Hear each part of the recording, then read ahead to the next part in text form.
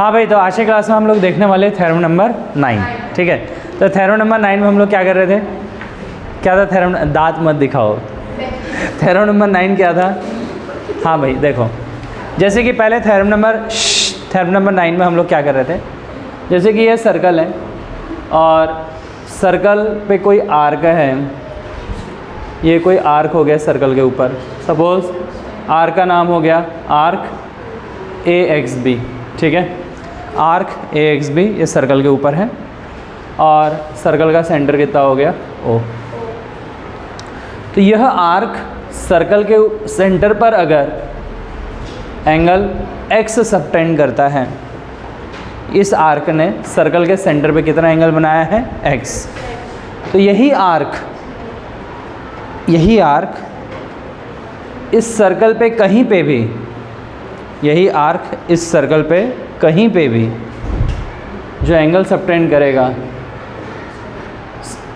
कहीं पे भी है ना, सर्कल पे कहीं पे भी जो ये एंगल सबटेंड करेगा, ये एंगल कितना रहेगा? x/2। ये एंगल कितना रहेगा? हाफ ऑफ x रहेगा। बोलो ठीक है। तो कंडीशन क्या बन रही है कि the angle subtended by the arc eight the centre is twice, या फिर अगर आप इस एंगल को x लेते हैं तो ये वाला एंगल कितना होगा?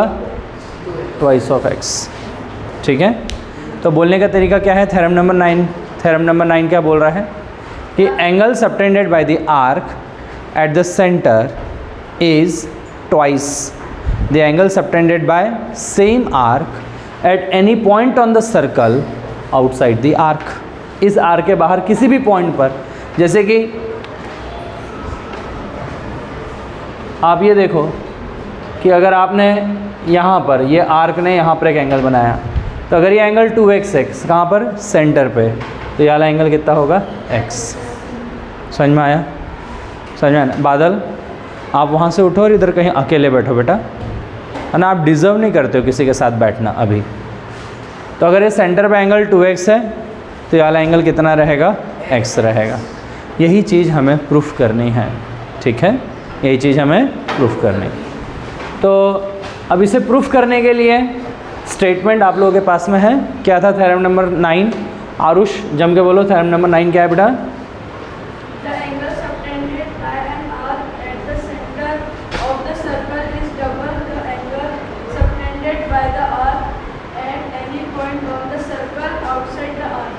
ठीक है।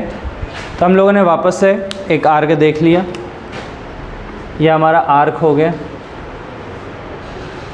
AB। सपोज़ यहाँ पे कोई पॉइंट है X, ये हमारा आर्क हो गया। अब इस आर्क ने सर्कल के सेंटर पे, ये सर्कल का सेंटर हो गया, ठीक है। सर्कल का सेंटर हो गया, पॉइंट O, चलेगा। यहाँ पर यही आर्क सर्कल के ऊपर भी कोई एंगल सबटेंड कर रहा है। इसी आर्क ने सर्कल के ऊपर एक और एंगल सबटेंड किया है ना, और सपोज ये पॉइंट P है। यहाँ पर हमें कंस्ट्रक्शन करना है, और कंस्ट्रक्शन में हम लोग क्या करने वाले हैं? एक लाइन ड्रॉ करते हैं कुछ इस तरीके से। इस लाइन को आगे एक्सटेंड करते हैं और ये लाइन पॉइंट X पर मीट हो रही है। चलेगा? इस तरीके से नज़र आ रहा है, ठीक है। कोई प्रॉब्लम नहीं है ना, ठीक है। अब आप मुझे एक बात बताइए कि ये तो पॉइंट O था, है ना। अगर आप ये वाला ट्रायंगल देख रहे हैं वाला ट्रायंगल, इस पर्टिकुलर ट्रायंगल में in triangle OBP, in triangle OBP, इस ट्रायंगल में OB is equal to OP, radii of same circle. OB और OP कैसा है? सेम है। OB और OP radii of same circle. तो देखो बेटा, ये वाली साइड और ये वाली साइड इक्वल होगी, रेडाई ऑफ सेम सर्कल, है ना। Radii of same circle. किसी भी ट्रायंगल में अगर ये साइड इक्वल हैं, तो इक्वल साइड के अपोजिट वाले एंगल्स भी कैसे रहते हैं? Equal. Angle opposite to equal sides are equal. Equal side के अपोजिट वाले एंगल भी कैसे रहेंगे? इक्वल। तो आप लोग बोलेंगे angle OBP is equal to angle O P B is equal to x. तो ये वाला भी एंगल x ले लिया बेटा और ये वाला भी एंगल x ले लिया। कोई प्रॉब्लम यहाँ तक चलेगा? अच्छा, एक और बात देखना, एक कंसेप्ट होता है जिसे एक्सटीरियर एंगल थ्योरम कहते हैं, रिमोट एक्सटीरियर एंगल कहते हैं।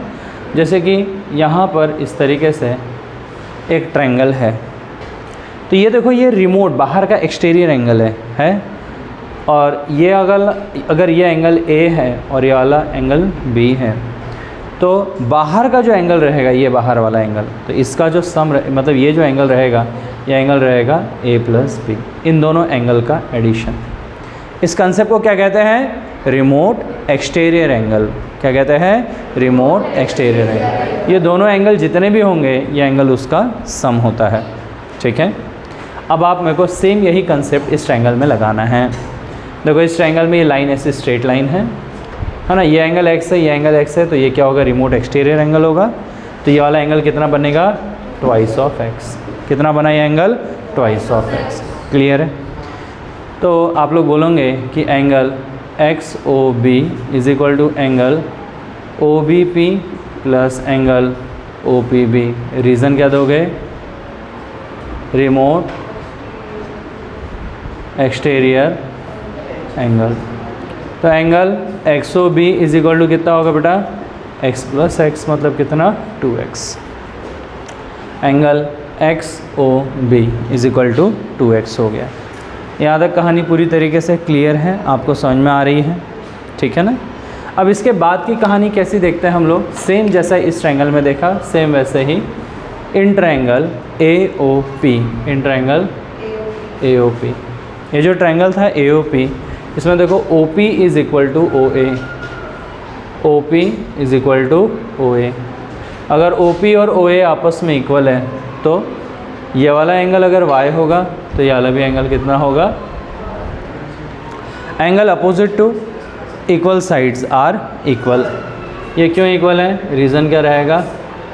Radii of same circle. तो आप लोग बोलेंगे कि angle OPA is equal to angle OAP is equal to क्या नाम दे दिया? y। रीज़न क्या दोगे? Angle opposite to equal sides are, angle opposite to equal sides हमेशा कैसे रहते हैं? इक्वल। अब वापस से यहाँ पे रिमोट एक्सटीरियर एंगल थ्योरम लगाएंगे बेटा। देखो ये एंगल प्लस ये एंगल इज इक्वल टू ये वाला एंगल होगा, ये एंगल कितना होगा? 2y, बराबर है ना? तो आप लोग बोलेंगे angle OAP plus angle OPA is equal to angle AOX। Reason वही, रिमोट एक्सटीरियर एंगल थ्योरम। पूरा लिखना आप लोग। ये एंगल y है प्लस ये एंगल भी y है is equal to angle AOX। तो angle AOX is equal to कितना हो गया? 2y। एंगल AOX का वैल्यू, एंगल AOX का वैल्यू 2y हो गया। ठीक है, अब मुझे एक बात बताइए कि एंगल सम प्रॉपर्टी होती है बेटा, कि जैसे कि यहाँ पर यह दिख नहीं रहा होगा, ये तो यहाँ पर इस तरीके का केस है और यहाँ पे एक और लाइन है। अगर ये वाला एंगल P है, ये वाला एंगल Q है, तो टोटल एंगल कितना होगा? P plus Q। ठीक है ना? तो सेम उसी तरीके से आप लोग बोलेंगे कि एंगल AOB जो है, एंगल AOB कितना होगा बेटा? 2x प्लस 2y, बराबर है एंगल AOB कितना होगा? 2x plus 2y। तो ये 2 इधर ही रहेगा, x प्लस वाई बाहर निकला, तो ये 2 as it is. x plus y कितना होता है? देखो x प्लस वाई मतलब क्या होता है? Angle APB, angle APB। तो यहाँ से हम लोगों ने क्या पढ़ा कि एंगल AOB जो होता है वो कितना होता है? Twice of angle APB। Angle AOB मतलब angle subtended by the arc eight the centre is double the angle subtended by same arc on the circle at any point outside this arc. बोलो समझ में आया? ये concept सबके clear है? किसी को इस कंसेप्ट में कोई प्रॉब्लम है? पक्का?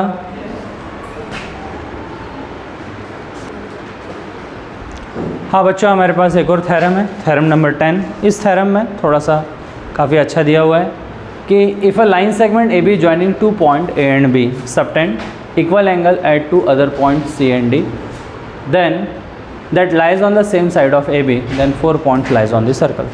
ठीक है, तो इस क्वेश्चन को मतलब इस थ्योरम को देखने की कोशिश करते हैं। तो सबसे पहले हम लोग ये देख रहे हैं कि इस तरीके से हमारे पास एक सर्कल है और इस सर्कल में एक कॉर्ड है या फिर एक लाइन सेगमेंट बोल सकते हो आप लोग, जिसका नाम है ए बी, है ना।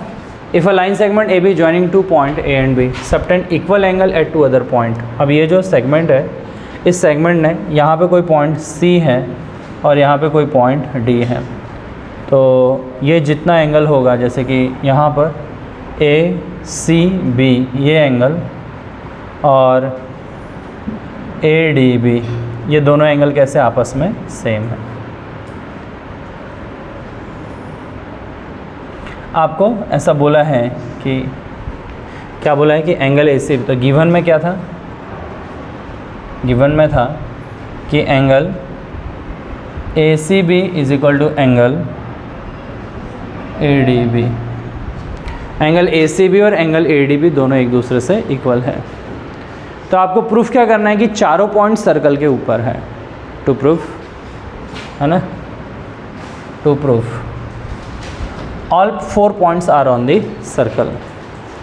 अगर आपको प्रूफ करना है कि चारों पॉइंट सर्कल के ऊपर है, तो अब डी को आपने ऑलरेडी सर्कल पे बना लिया है, तो अपन ऐसा सॉल्व करने के लिए अपन ऐसा अजम्पशन लेते हैं कि पॉइंट डी जो है वो सर्कल पे नहीं है। ऐसा हम लोग अजम्पशन लेते हैं। क्या अजम्पशन लेते हैं कि पॉइंट डी सर्कल पर नहीं है। टू प्रूफ, तो फिर प्रूफ क्या करेंगे हम लोग कि point D is on the circle. Point D जो है वो सर्कल के ऊपर है, हम ऐसा प्रूफ करते हैं। मान लो पॉइंट डी सर्कल पे नहीं है, तो अब पॉइंट डी अगर सर्कल पे नहीं है तो ये कौन सा पॉइंट रहेगा यहाँ पर, मान लो ये पॉइंट ई है, और फिर पॉइंट डी कहाँ पर है, मान लो पॉइंट डी यहाँ कहीं है, ये पॉइंट डी है, ठीक है, ये पॉइंट डी हो गया और हम लोगों ने इसको ऐसे ज्वाइन कर लिया, ठीक है। तो सबसे पहले केस में हम लोग क्या बोलते हैं, सपोज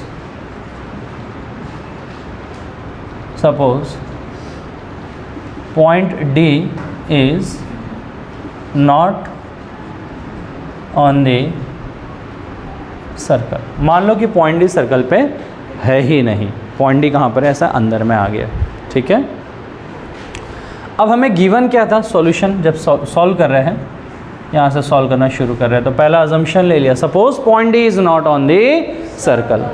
मान लो पॉइंट डी सर्कल पे है ही नहीं, पॉइंट डी कहाँ पर है, सर्कल के थोड़ा सा अंदर में है, ठीक है। लेकिन हमें जो गिवन था वो क्या था कि angle A C B is equal to angle A D B. हमें गिवन क्या था कि एंगल ए सी बी किसके इक्वल है, एंगल ए डी बी के इक्वल है। ऐसा हमें गिवन था क्या बेटा, ये चीज़ हमें गिवन थी। अब मुझे एक बात बताना, यह क्या है, एक कॉर्ड है, दिख रहा है, दिख रहा है, और same chord subtend equal angle on the circle.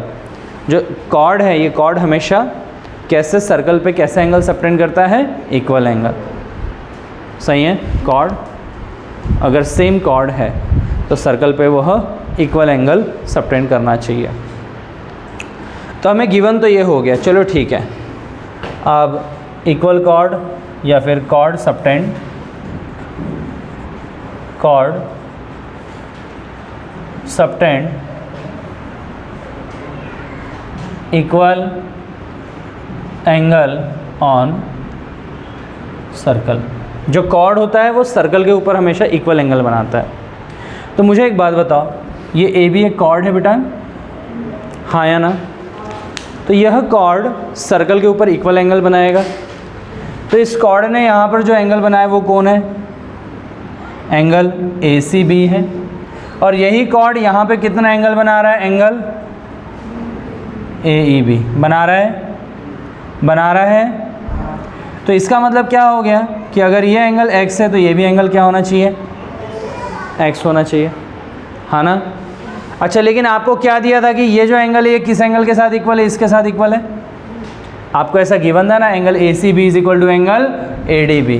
तो एंगल ए सी बी किसके इक्वल है, एंगल ADB के। तो ये अगर ये x है तो ये भी x है।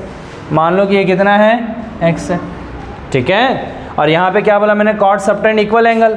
अगर ये जो कॉर्ड AB है इसने इक्वल एंगल सबटेंड किया है तो इसका मतलब एंगल ACB किसके इक्वल होना चाहिए, एंगल AEB के इक्वल होना चाहिए। बोलो हाँ या ना। एंगल ACB किसके इक्वल होना चाहिए, एंगल AEB के। अच्छा बच्चों, मैंने अभी थोड़ी देर पहले तुमको रिमोट एक्सटीरियर एंगल का कंसेप्ट पढ़ाया था। उस रिमोट एक्सटीरियर एंगल थ्योरम में मैंने क्या बताया था कि मान लो यहाँ पे कोई एंगल A है और यहाँ पे कोई एंगल B है, तो यह एंगल कितना होगा, A+B। रिमोट एक्सटीरियर एंगल होता है। तो सेम वही कंसेप्ट आप यहाँ पे लगाओ। मान लो यहाँ पर एंगल कितना दिख रहा है तुमको, अच्छे से बताओ। और यहाँ पर एंगल कुछ भी मान लो ये एंगल कितना है, y। तो बताओ ये बाहर वाला एंगल कितना होना चाहिए, x + y। सही है ना। अगर ये वाला एंगल x है, ये वाला एंगल y है, तो ये रिमोट एक्सटीरियर एंगल, ये बाहर वाला एंगल कितना होना चाहिए, x + y। लेकिन यहाँ पे कितना हो रहा है, मतलब हमारा अजम्पशन सही है क्या? अरे ये एंगल तो बड़ा होना चाहिए ना ये वाले एंगल से। आप तो बोल रहे हो कि सर ये दोनों एंगल कैसे सेम है, मतलब our assumption is wrong. Point is not inside the circle, point D must be on the circle. Point भी सर्कल के अंदर नहीं होना चाहिए, पॉइंट भी कहाँ पे रहना चाहिए, सर्कल के ऊपर रहना चाहिए। बोलो सही है, पक्का? युगार्थ समझ रहा क्या? तो मुझे एक बात बताना कि ये भी कितना हो गया था, x, बट लेकिन angle ADB must be equal to angle DEB plus angle DBE बराबर है। ये जो बाहर का एंगल है, ये वाला एंगल किसके इक्वल होना चाहिए, इन दोनों के एडिशन के इक्वल, बराबर। इसका मतलब एंगल ADB जो रहेगा, ये जो बाहर का एंगल है, ये अंदर वाले एंगल से पक्के से बड़ा रहेगा। Angle ADB must be greater than angle AEB। अरे हाँ या ना। ADB AEB से क्या रहना चाहिए, बड़ा रहना चाहिए। अच्छा मुझे एक बात बताओ, देखो ध्यान दो, ACB ADB के इक्वल है, ACB AEB के भी इक्वल है। तो इन दोनों, देखो इधर भी ACB इधर भी ACB, तो ये दोनों भी आपस में क्या हो गए, इक्वल हो गए। क्या बताया आपने, ADB और AEB दोनों आपस में कैसे है, इक्वल। लेकिन यहाँ पे बताओ ADB बड़ा है किससे, अच्छा इन दोनों जगह पे देखो, इन दोनों LHS में दोनों इक्वल है, तो RHS में भी इक्वल होना चाहिए। लेकिन आप यहाँ पे क्या लिख रहे हो, सर ADB बड़ा है किससे, AEB से। मतलब ये जो एंगल ADB है, ये एंगल ये वाले एंगल से बड़ा है। मतलब हमारा जो अजम्पशन था, suppose point D is not on this circle, ये हमारा अजम्पशन क्या है, गलत है, बराबर है। तो हम लोग बोलेंगे hence our assumption is wrong and point D is on the circle. Point D कहाँ पर है, सर्कल के ऊपर है। पहला पॉइंट हो गया, क्लियर है ये पॉइंट, हाँ या ना? सेम वैसे ही एक ऐसा भी पॉइंट हो सकता है कि पॉइंट डी सर्कल के बाहर हो। वैसा भी एक केस लेके हम लोग इसको सॉल्व कर सकते हैं। कैसा केस लेके सॉल्व कर सकते हैं कि पॉइंट डी कहाँ पर हो, सर्कल के बाहर। तो अब हम लोग सेम वैसा वाला केस लेके इसको फिर से सॉल्व करने वाले हैं। तो अभी हम लोग क्या देखने वाले थे, इसके पहले हम लोगों ने देखा था कि अगर पॉइंट डी अंदर में था, अब हम लोग देखने वाले हैं कि point D is outside the circle. तो हम लोगों ने वापस से देखा, यहाँ पे कॉर्ड A है, यहाँ पे कॉर्ड B है, ये एक पॉइंट हो गया, पॉइंट E। हम लोगों ने देखा कि यहाँ पे सपोज़ पॉइंट D आना चाहिए था, लेकिन हम लोग ऐसा देख रहे हैं कि मान लो पॉइंट D कहाँ पर है, ऐसे बाहर में आ गया। Point D is outside the circle, इसको ऐसे ज्वाइन कर दिया, ठीक है, ठीक है। अब मान लो सर्कल के ऊपर कोई दूसरा पॉइंट है, ये C था ना, C था, और ये कौन है, मान लो पॉइंट E है। तो वापस हम लोग बोलते हैं suppose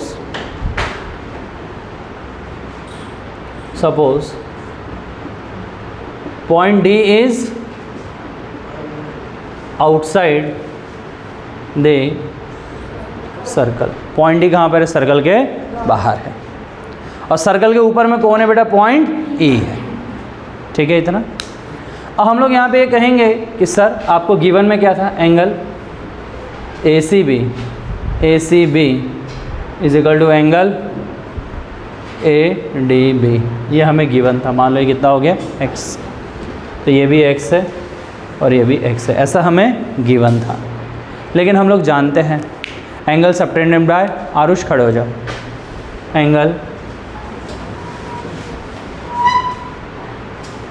subtended by chord on circle, है ना। Angle subtended by same chord on circle are equal, बराबर है ना।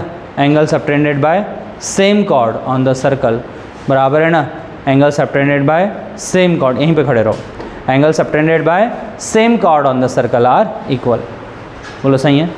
तो अगर angle subtended by same chord on the circle are equal बोला तो यहाँ पे कॉर्ड कौन है? ए बी है, कॉर्ड ए बी है। तो कॉर्ड ए बी यहाँ पे कितना एंगल सबटेंड किया? X.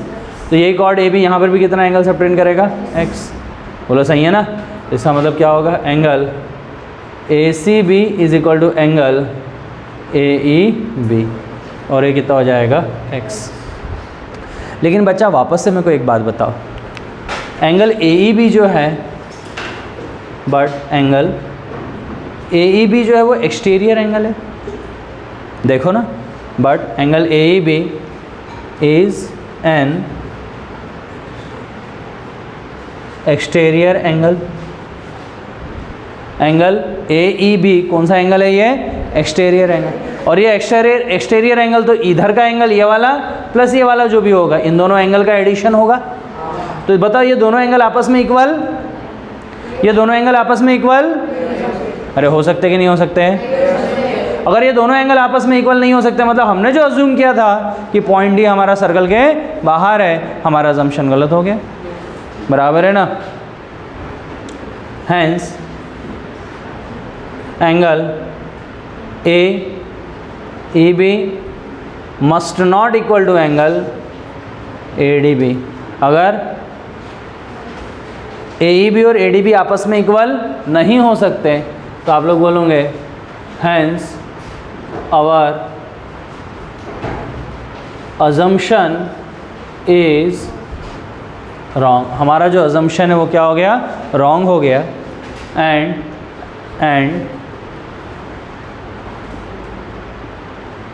Point D is on the circle. Point D जो रहेगा वो हमेशा सर्कल के ऊपर रहेगा।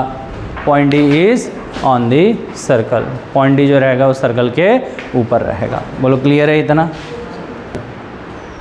है ना। अभी देखो हम लोगों ने जो अभी एक प्रॉपर्टी यूज़ की थी, कौन सी property? Angle subtended by same chord are equal. Same chord जो एंगल सबटेंड करेंगे वो हमेशा कैसे रहेंगे? इक्वल रहेंगे। बोलो क्लियर है, बोलो क्लियर है ना। तो हम लोग देख रहे थे कि angle subtended by same chord are equal. Same chord जो रहते हैं वो हमेशा इक्वल एंगल सबटेंड करते हैं। तो देखो कई बार बेटा ये कॉर्ड भी बोलते हैं हम लोग, कई बार इसको आर्क भी बोलते हैं। Angle subtended by same chord are equal या फिर angle subtended by same arc are equal. देखो मुझे एक बात बताओ, ये ए एक्स बी ये एक आर्क हो गया, ठीक है। ये क्या हो गया? एक आर्क हो गया।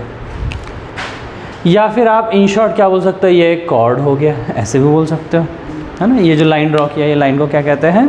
कॉर्ड कहते हैं, ठीक है। राजकमल, है ना, हमारे क्लास का होनहार विद्यार्थी है, स्टूडेंट राजकमल, कमल किशोर, सॉरी राजकमल नहीं, कमल किशोर, ठीक है। तो ये क्या हो गया, हमारा एक कॉर्ड हो गया।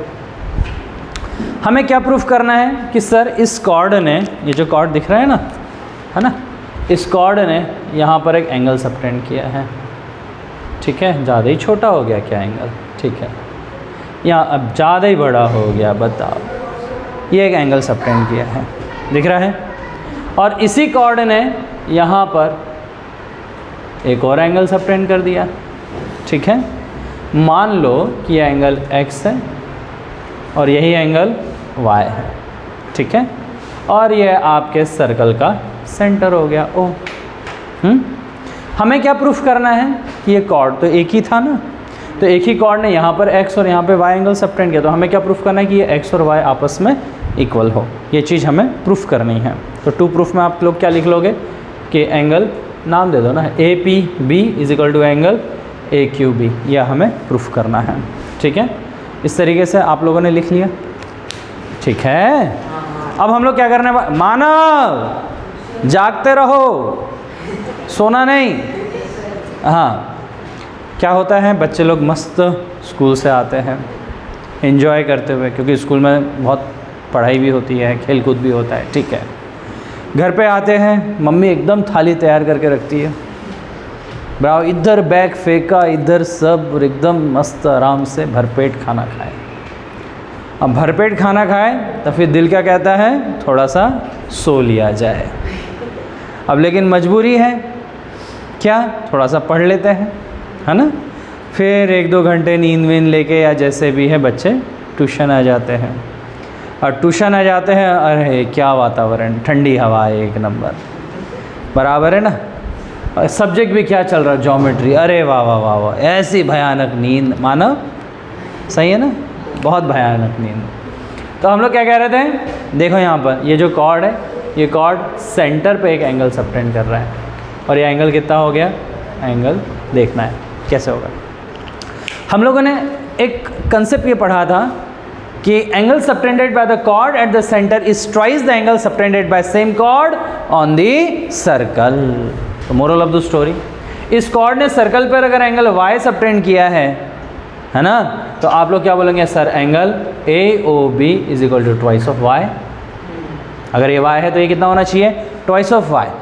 अच्छा, और एक बात, सर यहाँ पे तो एंगल x भी सबटेंड किया है, तो आप लोग बोलेंगे sir angle AOB is equal to twice of x। अब लय युद्ध शुरू हो गया। बोले सर ये एंगल AOB तो 2 है, नहीं एंगल AOB तो 2x है। हम कहे देखो बेटा, एंगल AOB तो बेचारा अकेला दुकेला है, अकेला है ना, एंगल AOB दिख तो रहा है ना, अकेला AOB, तो एंगल AOB के ये 2 नाम हैं, बराबर है ना, एक का नाम कृष्ण, एक का नाम माधव, बराबर है ना, दोनों सेम ही है। तो आप लोग क्या बोलेंगे, sir Krishna equal to Madhav, बराबर है ना, दोनों सेम ही है, 2 get cancel, so x is equal to y, x is equal to कितना हो गया, y, मतलब same chord subtend equal angle on the circle, बराबर है ना, सेम कॉर्ड, जो कॉर्ड अगर सेम है तो वो कॉर्ड सर्कल पर इक्वल एंगल सबटेंड करेगा।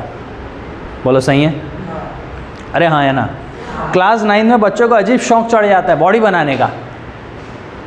अभी देखो हमारे यहाँ पे एक पांडे जी हैं, हाँ पांडे जी दिखाओ, बॉडी दिखाओ एक बार, क्या बात है। चलो ठीक है, ये समझ में आया। अब इसके बाद बच्चों एक और कंसेप्ट हम लोग लेंगे जिसका नाम है साइक्लिक क्वाड्रिलेटरल। पांडे जी को देख के तने उपाध्याय जी का भी मन किया कि हम भी एक बार बॉडी बना ले। सही है भैया, तने मज़े में। चलो देखो, एक और कंसेप्ट है जिसे हम लोग क्या कहते हैं, साइक्लिक क्वाड्रिलेटरल। ठीक है, अब साइक्लिक क्वाड्रिलेटरल क्या होता है, ऐसा क्वाड्रिलेटरल जिसके सारे वर्टेक्स किसके ऊपर होते हो, सर्कल के ऊपर होते हो, है ना। ऐसा क्वाड्रिलेटरल जिसके सभी वर्टेक्स किसके ऊपर होते हो, सर्कल के ऊपर होते हो, ऐसे क्वाड्रिलेटरल को हम लोग क्या कहते हैं, साइक्लिक क्वाड्रिलेटरल। बोलो क्लियर है।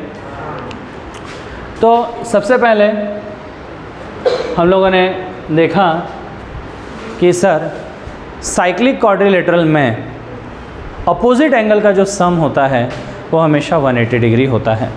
साइक्लिक क्वाड्रिलेटरल में sum of opposite angle is always 180 degree, बराबर है। तो मान लो इस तरीके से साइक्लिक क्वाड्रिलेटरल है। आप लोग सब्सक्राइब वगैरह नहीं कर रहे हो ना, है ना। अरे कर रहे हैं तो फिर सब्सक्रिप्शन बढ़ने दिखते चाहिए ना, है ना तने। तो ये क्या होगा, क्वाड्रिलेटरल ABCD दिख रहा है। अब हम लोगों ने कंसेप्ट क्या बोला कि in cyclic quadrilateral sum of opposite angle is 180 degree. In cyclic quadrilateral में अपोजिट एंगल का जो सम है वो कितना होना चाहिए, 180 degree. In cyclic quadrilateral sum of opposite angle is 180 degree, बराबर है ना। हाँ, साइक्लिक क्वाड्रिलेटरल में अपोजिट एंगल का सम 180 डिग्री होना चाहिए। ठीक है, चलो ठीक है, सॉल्यूशन सॉल्व करते हैं। मुझे एक बात बताओ, क्या हुआ भाई तुमको, बैठना नहीं हो रहा क्या? तो यहाँ पे इस तरीके से एक डायगोनल ड्रा कर लिया। ठीक है, देखो कैसी स्ट्रेट लाइन आई है, बहुत दिनों से प्रैक्टिस चल रही है। ठीक है, तुम लोग भी किया करो, तुम्हारी भी स्ट्रेट लाइन आएगी। फिर किस चीज़ की प्रैक्टिस करोगे? तो हम लोग देख रहे थे, देखो ऑनलाइन चालू है, हिसाब सही बोलो। तो हम लोग देख रहे थे ये क्या है, कॉर्ड AB, बराबर है ना। ये क्या है, कॉर्ड AB। क्या है, कॉर्ड AB। अच्छा, अभी समझ में आ रहा है। हाँ, अब समझ में आया, लेट करेंट है सब, है ना। हाँ, हम लोग देख रहे हैं कॉर्ड AB, बराबर है। अब ये जो कॉर्ड AB है, इसने देखो यहाँ पर एक एंगल बनाया, मान लो ये एंगल कितना है, A। और इसी कॉर्ड AB ने यहाँ पे भी एक एंगल बनाया, मान लो ये एंगल कितना है, A। बोलो समझा, बोले पक्का। ये दोनों एंगल क्यों सेम है, angle subtended by same chord are equal. लेकिन कंडीशन क्या है कि वो एंगल कहाँ पे बनना चाहिए, सर्कल के ऊपर। वो एंगल कहाँ बनना चाहिए, सर्कल के ऊपर।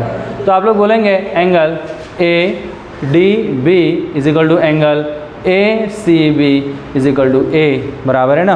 तो अभी हम लोग ऐसे ढेर सारे एंगल्स लिखने वाले हैं, तो सबका एक साथ लिख देते हैं। Angle subtended by same chord on circle are equal। Angle subtended by same chord on circle are equal। अच्छा, इसके बाद मेरे को बताना, यह एक chord है, कौन है, BC, बराबर है ना, BC। तो ये chord ने यहाँ पर एंगल सबटेंड किया B, और इसी chord ने यहाँ पर एंगल सबटेंड किया B। बोलो सही है। तो हम लोग क्या कहेंगे कि angle BAC is equal to angle BDC। मान लो एंगल कितना है, B है, बराबर है ना। कमल किशोर इधर ध्यान दो। अब इसके बाद में एक और कॉर्ड है जिसका नाम क्या है, DC। एक और कॉर्ड है, कॉर्ड का नाम क्या है, DC। तो DC ने यहाँ पर एंगल सबटेंड किया, मान लो एंगल कितना है, C। और इसी DC ने यहाँ पे भी एंगल सबटेंड किया, ये एंगल कितना है, C। तो angle DAC is equal to angle DBC, नाम दे दो C। बोलो सही है। इसके बाद में एक और कॉर्ड बेचारा अकेला दुकेला बचा है, जिसका नाम क्या है, AD। अब ये AD ने यहाँ पर एंगल सबटेंड किया D, और इसी AD ने यहाँ पर भी एंगल सबटेंड किया D। तो आप लोग क्या बोलोगे, एंगल क्या बोलोगे, angle ABD is equal to angle ACD is equal to कितना हो गया, D। बोलो सही है। सबका एक ही रीज़न, और रीज़न क्या है, angle subtended by same chord are. बड़ा मुँह से बोलो यार, angle subtended by same chord are equal. अब देखो यहाँ पे ध्यान देना, अगर किसी भी क्वाड्रिलेटरल में in quadrilateral ABCD angle A plus angle B plus angle C plus angle D is equal to 360 degree. Reason क्या लिखोगे, angle sum of all angle of a quadrilateral is 360 degree. क्या रीज़न लिखोगे, sum of all angle of a quadrilateral is 360। तो angle A कितना होता है, C plus B। Angle B कितना होता है, D plus C। Angle C कितना होता है, D प्लस A। और एंगल D कितना होता है, A प्लस B। सबका एडिशन कितना होगा, 360। आप देखो A भी 2 बार है, B भी 2 बार है, C भी 2 बार है, और D भी 2 बार है। सभी लोग 2-2 बार आए हैं। तो आप लोग ऐसे बोल सकते हैं 2A plus 2B plus 2c plus 2d is equal to 360 degree. अब आपने 2 को बाहर निकाल लिया तो अब कितना होगा, a plus B plus C plus D is equal to 360 degree, बराबर है ना। तो अब क्या करोगे, 2 इधर 360 से डिवाइड होगा तो इसका मतलब a, अच्छा देखो a के साथ b आया है, हाँ आया है, बराबर है a प्लस बी। तो अच्छा आप देखो इसको साथों साथ में क्या बोल सकता हूँ, a प्लस बी मतलब क्या होता है, एंगल सब प्रॉपर्टी बताया था, a प्लस बी मतलब क्या होता है, एंगल d, और c प्लस डी कितना होता है, angle b plus angle b is equal to, ये 2 इधर डिवीज़न में आएगा, 360/2 इज इक्वल टू 180 डिग्री। बताओ बच्चों, sum of opposite angle of cyclic quadrilateral is always 180। अरे अच्छे से बोलो भाई, सोते सोते मत बोलो। Sum of opposite angle of cyclic quadrilateral is 180 degree. बोलो क्लियर है? बोलो एकदम अच्छे से क्लियर है, याद हो गया? चलो ठीक है। इसके बाद में हम लोग एक और कंसेप्ट देखते हैं।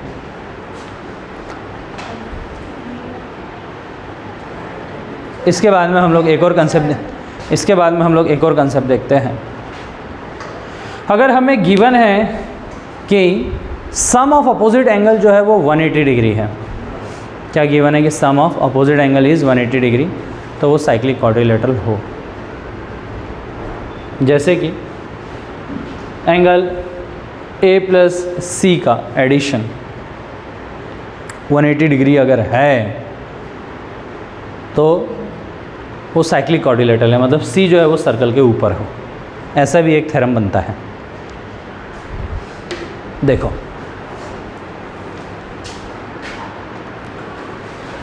हाँ, तो बच्चों यहाँ पर हम लोगों ने थ्योरम नंबर कौन सा है, थ्योरम नंबर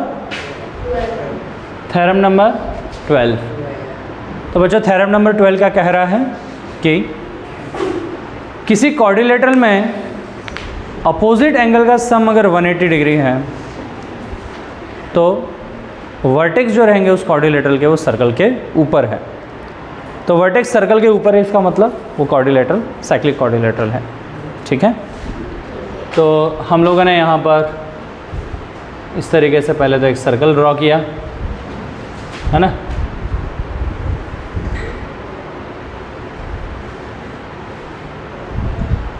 इस तरीके से एक सर्कल ड्रॉ किया, और यहाँ पर मान लो हमारे पास में कोई क्वाड्रिलेटरल हो गया, quadrilateral A B C and D. ठीक है, quadrilateral A B C D. अब हमें गिवन में क्या है कि angle A plus angle D is 180 degree, ये हमें गिवन है। ठीक है, एंगल ए प्लस डी कितना है, 180 डिग्री। तो हम लोग ए प्लस सी बोलेंगे, opposite angle A plus angle C कितना है बेटा, 180 डिग्री। अगर angle A plus C 180 degree है तो टू प्रूफ कि point C is on the circle, तो हमें प्रूफ करना है कि पॉइंट सी कहाँ पर है, सर्कल के ऊपर है। चलो ठीक है भाई, जब भी कैसे भी ऐसे प्रूफ आते हैं तो हम लोग क्या बोलते हैं, लेट अस, या फिर सपोज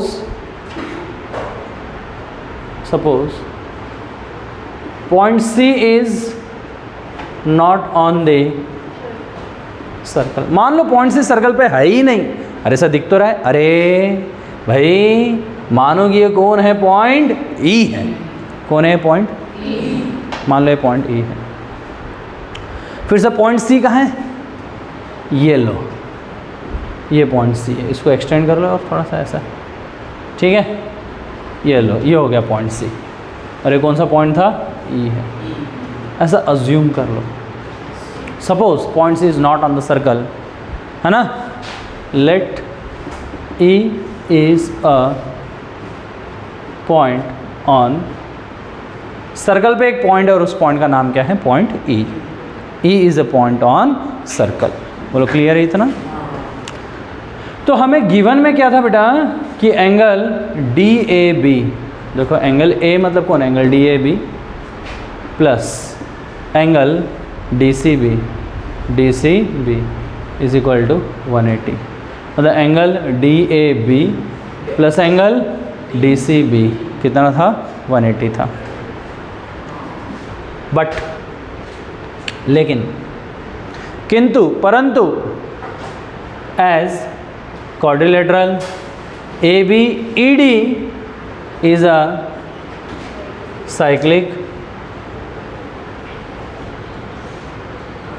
अगर क्वाड्रिलेटरल ABED साइक्लिक क्वाड्रिलेटरल है तो साइक्लिक क्वाड्रिलेटरल में अपोजिट एंगल का सम कितना होता है, 180 डिग्री। तो आप लोग क्या बोलेंगे, angle DAB plus angle DEB is equal to कितना होगा, 180 डिग्री। ऐसा तो आपको गिवन था, और ये opposite angle of cyclic quadrilateral. Reason लिख लेना, क्या रीज़न लिखोगे, sum of opposite angle of cyclic quadrilateral is 180 degree. Cyclic quadrilateral में अपोजिट एंगल का जो सम होता है वो कितना होता है, 180 degree. Sum of opposite angle of cyclic quadrilateral is 180 degree. लेकिन मुझे एक बात बताओ, इस इक्वेशन नंबर 1 को ऑब्जर्व कर रहा हूँ मैं और इक्वेशन नंबर 2 को ऑब्जर्व कर रहा हूँ। इन दोनों इक्वेशन को बहुत अच्छे से आंखें फाड़ फाड़ के देखो बेटा, इधर भी DAB है, इधर भी DAB है। बोला हाँ, नहीं नहीं, ऐसे फीलिंग के साथ बोला हाँ। यहाँ पे 180 है, यहाँ पे 180, बोला हाँ भैया। यहाँ पे DAB, यहाँ पे DAB, यहाँ पे 180, यहाँ पे 180, तो ये एंगल और ये एंगल दोनों एंगल सेम होने चाहिए। फिर से हाँ, होने चाहिए ना, ये दोनों एंगल सेम होने चाहिए ना। किंतु परंतु तुम देखो इस पर्टिकुलर ट्रायंगल में ये एंगल एक्सटीरियर एंगल है या नहीं है। अगर ये एंगल देखो, ये एंगल एक्सटीरियर और ये एक्सटीरियर एंगल हमेशा ये वाला एंगल C और ये वाला एंगल B का सम होता है। मतलब ये जो बाहर का एक्सटीरियर एंगल है वो हमेशा इस एंगल C से बड़ा रहेगा। तो आप लोग क्या बोलोगे, बट एंगल DEB या फिर ऐसे बोलोगे, as angle DEB is an exterior angle. Angle DEB कौन सा एंगल है, एक्सटीरियर। एंगल DEB कौन सा एंगल है, एक्सटीरियर एंगल। और एक्सटीरियर एंगल हमेशा, देयरफॉर एंगल DEB हमेशा बड़ा रहेगा किससे, एंगल DEB से। एंगल DEB हमेशा बड़ा रहेगा किससे, एंगल DCB से। बोलो सही है ना। ये इंटीरियर एंगल है, ये एक्सटीरियर एंगल। एक्सटीरियर एंगल हमेशा इंटीरियर एंगल से बड़ा रहेगा। बोले कंडीशन है ना। इसका मतलब क्या हो गया कि हमारा जो अजम्पशन था, हमारा अजम्पशन रॉन्ग हो गया। और point C is on the circle. Point C कहाँ पर है, सर्कल के ही ऊपर है। तो आप लोग बोल दोगे, क्या बोल दोगे, hence our assumption is wrong and point C is on the circle। point C जो है वो सर्कल के ही ऊपर है, hence proved। ठीक है, तो आप लोग का होमवर्क यही है कि जितने भी थ्योरम है एक बार फिर से प्रैक्टिस कर लेंगे। नेक्स्ट क्लास में हम लोग इस टॉपिक के ऊपर की एक्सरसाइज सॉल्व करेंगे। Have a great time, bye bye.